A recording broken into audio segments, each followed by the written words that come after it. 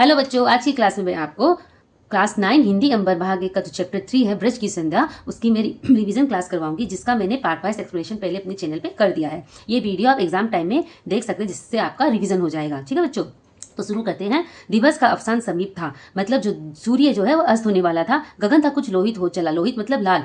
सूर्य अस्त होने वाला था, इसलिए जो है गगन जो है वो लाल हो गया था। तरु शिखा पर थी अब राजती, तरु शिखा मतलब पेड़ की चोटी पर अब जो सूर्य की लाल किरणें हैं, राजती मतलब विराजमान, वो अब विराजमान हो गई। कमलिनी कुल वल्लभ की प्रभा, इस दो लाइन का क्या मीनिंग हो गया कि जब सूर्य अस्त हो रहा था उसी समय पेड़ की चोटियों पर सूर्य की जो लाल किरणें विराजमान हो गई थी। ठीक है बच्चों, विपिन बीच विहंगम वृंद का, विपिन मतलब जंगल के बीच, विहंगम मतलब पक्षी समूह, मतलब वृंद मतलब समूह, समूह मतलब होता है ग्रुप। ठीक है, तो जंगल में क्या है, पक्षियों का समूह, ग्रुप में जो है पक्षियां मधुर ध्वनि जो है उनकी भर रही थी आसमान में, क्योंकि वह शाम के समय सब पंक्ति बंद होकर आसमान के बीचों बीच जो है नव मंडल मध्य मतलब आसमान के आकाश के बीचों बीच वह उड़ रही थी, पंक्तियों में उड़ रही थी। जो दृश्य जो था बहुत ही सुंदर था। आगे कभी कहते हैं अधिक और हुई नभ लालिमा, 10 दिशा अनुरंजित हो गई। अनुरंजित मतलब लाल। धीरे धीरे सूर्य जब बढ़ने लगा ना, तब जो है वातावरण और लाल हो गया, जिसकी वजह से वहां के जो पेड़ थे वह सारे जो है सूरज की, पेड़ की जो हरियाली थी ना, वो सूरज की लालिमा में डूबी हुई सी प्रतीत हो रही थी।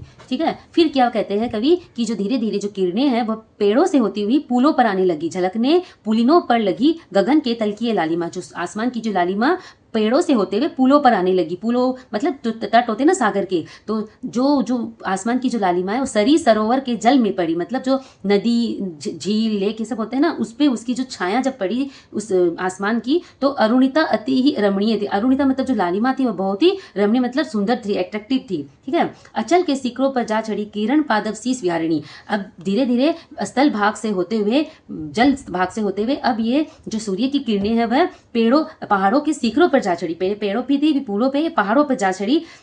किरण पादप किरण विहारिणी, क्या जा चढ़ी, जो सूर्य की किरणें हैं वह पेड़ों से विहार करते करते अब पहाड़ों पर आने लगी।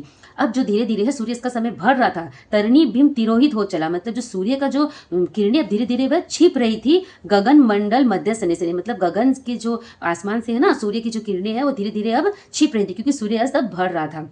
उसी समय क्या होता है, ध्वनिमय करके गिरी कंदरा, उसी समय मधुर एक आवाज आती है। कहाँ आती है, ब्रज के पर्वत में, गुफाओं में। गिरी कंदरा मतलब जो पर्वत की गुफाएं होती है ना, पर्वत में जो गुफाएं होती है। कलित कानन केरी निकुंज को, जो सुंदर वन होते हैं, जो लताएं होती हैं पेड़ों की, वहां पे एक बहुत ही सुंदर ध्वनि आने लगी। किसकी ध्वनि आने लगी, बज उठी मुरली इस काल की। मुरली मतलब अपने यहाँ किसे कहा गया है, श्री कृष्ण को। श्री कृष्ण जी की जो मुरली की जो मधुर ध्वनि है, उसी समय जो ब्रज की संध्या का जो समय होता है, उसी समय चारों ओर फैल गई थी।